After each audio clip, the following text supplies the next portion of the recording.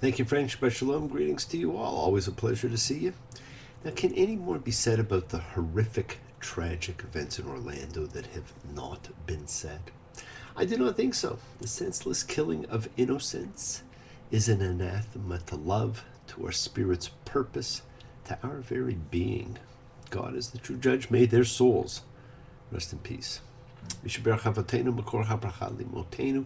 the source of strength who blessed the ones before us help us find the courage to make our lives a blessing.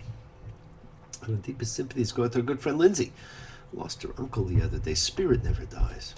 Our souls stay connected in ways and on planes we do not understand.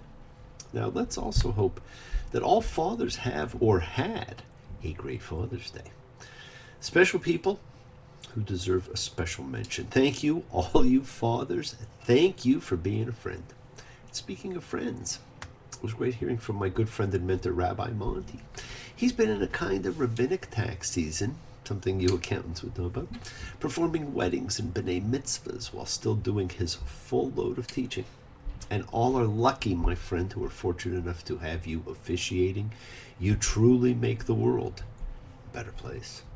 And it was also great seeing one of my soul's mates the other day, a fellow journeyer, the ever-inquisitive Yaakov, who always has just the right question or comment to set my mind thinking, moving along on something else.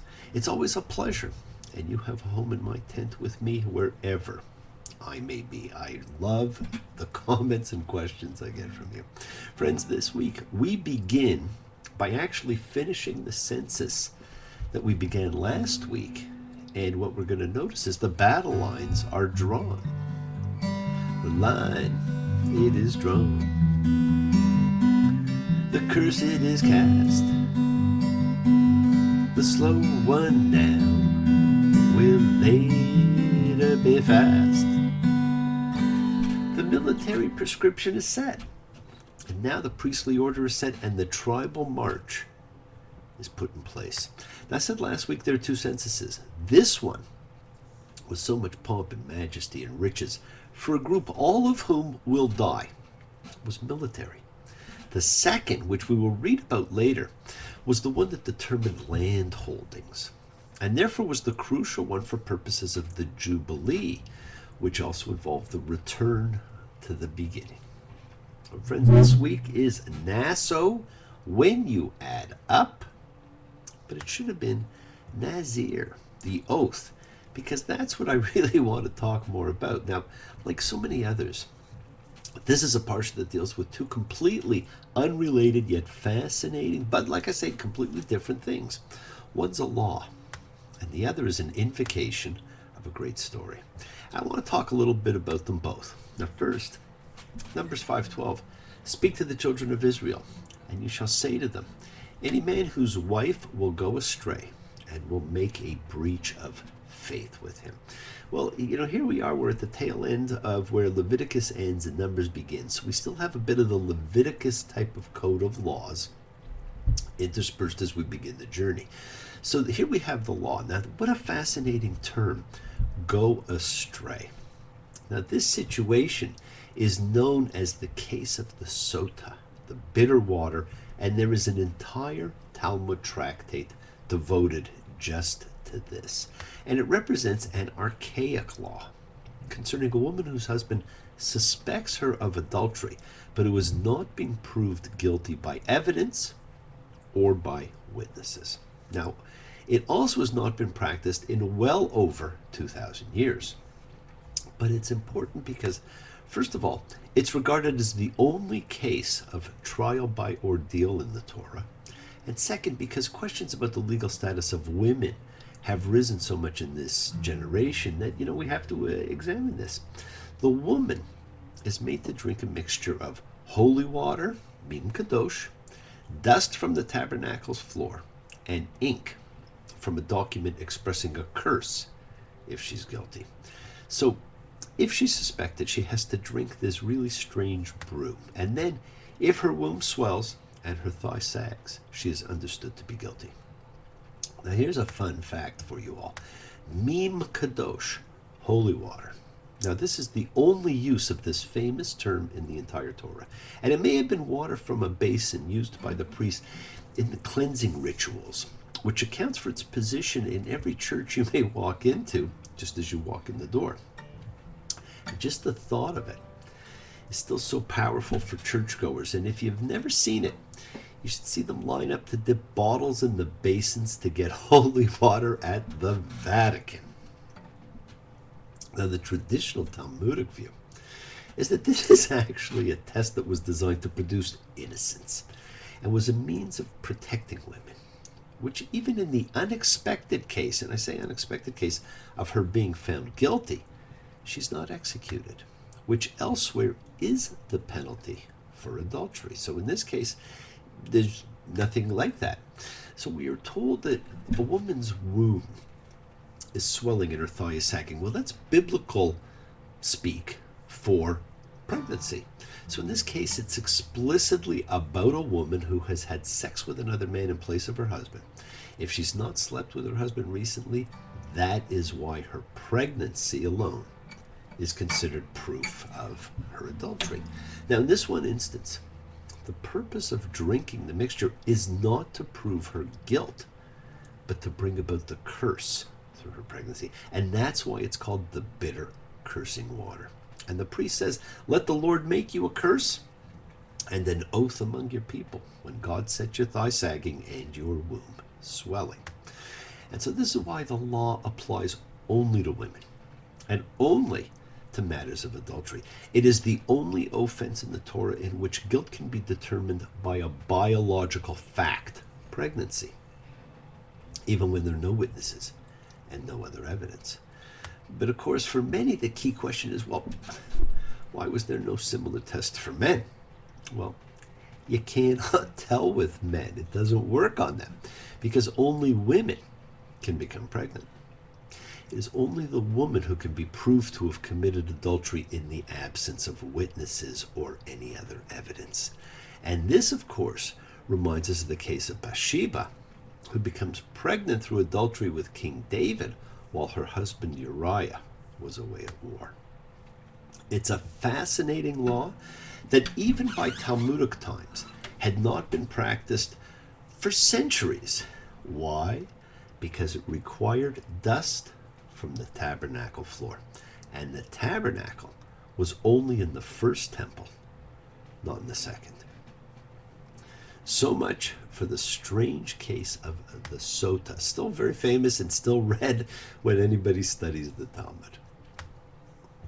Okay, now we're going to move on. We've done our law, now we're going to look at something else.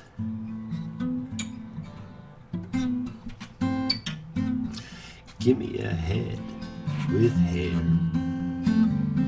long beautiful hair, shining, gleaming, streaming, flaxen, waxing.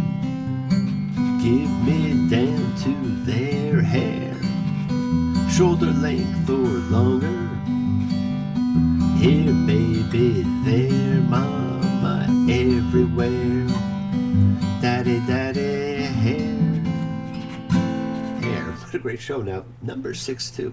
When a man or a woman will expressly make a Nazirite vow to make a separation for the Lord. The Nazirite vow. Now, it's interesting because Nazir means vow, so we have the vow. And notice it says man or woman. How unusual. It's open to either sex equally. A Nazirite vows to give up certain things and live in a state of holiness. Now, while the Torah tells us all are holy, this is different. These people separate themselves. Now, there's that all-important concept again, separation, the act of creation and the dominant theme of Leviticus. Now, the Nazirite gives up 3 things: consuming alcohol, coming near to dead persons, and cutting his or her hair. These 3 things are related to priesthood, and particularly they're related to the role of the high priest. Now, this brings to mind some very famous and well-known, same thing, biblical people. And I'm going to name three, but there's probably others too. Samson, known for his strength, which he had until Delilah cut his hair. Jesus, known for an awful lot of things, but who was also depicted as long-haired, and probably his cousin John the Baptist too. We think of them, these ones in particular, and they are instantly recognizable because of their hair. Long hair was not the norm. This was not the 60s. It was a sign of the Nazarite. Almost cut my hair.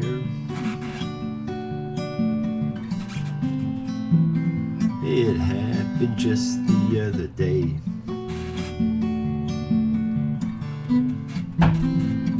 Getting kind of long. I could have said it was in my way. Crosby, Stills and Nash almost cut my hair. What a great band. See them if you ever get a chance to. Now, I personally have always believed that Jesus, who was from Bethlehem, not Nazareth, was not Jesus of Nazareth, but Jesus the Nazarite. Not a geographic description, but a spiritual one. One who made a vow for priesthood. And given the history and the timing of his birth and his lineage, a descendant of David, and therefore royal, by making the Nazarite vow, he effectively joined church and state and could be seen to head them both. Now, he wouldn't have been the first. Samuel made a Nazarite vow. He was high priest, and he was also king. So that's my theory on Jesus the Nazarite. So, friends, the Nazarite was different and was immediately noticeable by his or her hair. Regular priests cut theirs. Leviticus 21:10. The high priest shall not let loose the hair of his head. The Nazarite did not cut his. In our biblical world of separation and division, it separated the priest by an immediately observable physical trait. The priesthood was by birth into a family, one family alone. Particular family only the men, and only one by birth had the right to be the high priest. It was not a choice as a profession. But the Nazarite was a non-Levite called to holy life. And by choosing to separate out from the pack and make the Nazarite vow, Numbers 6:8, all the days of his being a Nazarite, he is holy and separate to the Lord. And like prophets who can be from any tribe and can be male or female, one becomes a prophet by being called by God, while one becomes a Nazarite the same way. They are called. Not quite like a prophet is, but they make this choice. And it's not limited by sex, male or female. And that is the truly astounding thing. So please do think about it. In an era where we're talking about women and women's rights, women had the right to be Nazarites and make the Nazarite vow. Now, post-biblically, rabbis replace priests as the primary clergy of the Jews, and membership in the rabbinate is actually open to anyone who chooses it and proves capable of qualifying and carrying it out. Now, originally, while limited to males, in the present generation, Reform, conservative, and Reconstructionist movements have all included both female and male. And even though I had the necessary requirements, in my last year of study, although we never finished studying, do we? I made a Nazarite vow and began growing my hair again, although I admit every couple of months I do cut it back. And we're reminded annually of the power of vows every year right before the Day of Atonement when we chant that special prayer, Kol Nidre, the forgiving of all vows, as the root for Nidre and Nazir are the same and is vow. Okay, so not only do you get this absolutely incredible story in here, you know, about this fantastic section of the marshaling of power and prestige, and then this allusion to hair. But before listing the final accounting attribute, so you get that incredible crescendo of opulence at the end, the priests are instructed on how to bless the people. A blessing still given all these years later, the one Mr. Spock learned while observing High Holy Day services, and found to be one of the oldest biblical texts ever discovered, because they actually have found some small sections of this. It's a formal prayer, and it's commanded to be said verbatim by the priest, and it's known today as the priestly benediction, which can be found in Numbers 6:22 to 27. And like the Decalogue, is formulated in the second person singular. It's said to all, but it's spoken to you alone. In 3 brief lines, my friends, the priests wish each individual divine blessing, protection, favor, grace, attention, and peace. Yevarechecha Adonai v'yishmerecha. May God bless you and safeguard you. Ye'er Adonai panav alecha v'yihunecha. May God illuminate his countenance for you and be gracious to you. Yis Adonai panav alecha v'yasem lecha shalom. May God turn his face to you and establish peace for you. The world is sacred. So is everything in it and everyone. Express your gratitude, light a candle, make a wish, celebrate your life and the lives of those you love. Share your feelings with them. Live free, be free, honor your freedom, be well, be happy, be blessed, my friend. Share and honor the light and all who live in the light and continue to shine. Continue to send everybody you know goodwill and love. Pray for peace and freedom for everyone, and end to terror and hatred. Remember, friends, we are a community. We learn together, we celebrate each other, we love each other. We share this ride together, men and women equally. Let us send out love, not fear. Send out peace, harmony, good healing to all who need it, and we all need healing. And please do. Learn to love, learn to forgive, open your hearts, honor the relationships of your life, tell those you love that you love them. Take advantage of the time you have, enjoy the journey. We take the twists and turns and the patterns that weave through the fabric of our lives in our effort to grow, to learn, to be, to love. So please do love. Send healing, goodwill, and love to all who need it. The time to celebrate your holiness is now, is always. Bless you all. Have a fantastic week. A week of love and light and peace and healing. Honor the people of your life. Call your father. Wish him a happy Father's Day. Happy Father's Day, all of you fathers out there.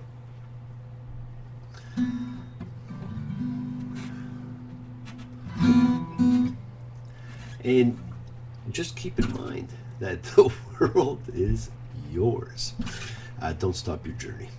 Don't stop moving forward. Keep your promised land is in sight. It's waiting for you. Keep on dreaming, keep on being, keep on sharing. Here come old Flat Top. He come grooving up slowly. He got Juju Eyeball. He won. Holy Roller. He got hair down to his knee. Got to be a joker. He just do what it please. Come together, everybody. The destination for your holy land is over the horizon, and it's yours. Thank you all for joining me, for participating, for sharing your sacred time in your sacred space. Love you all, and I will see you all next time. Shabbat Shalom. Have a fantastic week. Take care. And don't forget, it's also solstice time. Bye.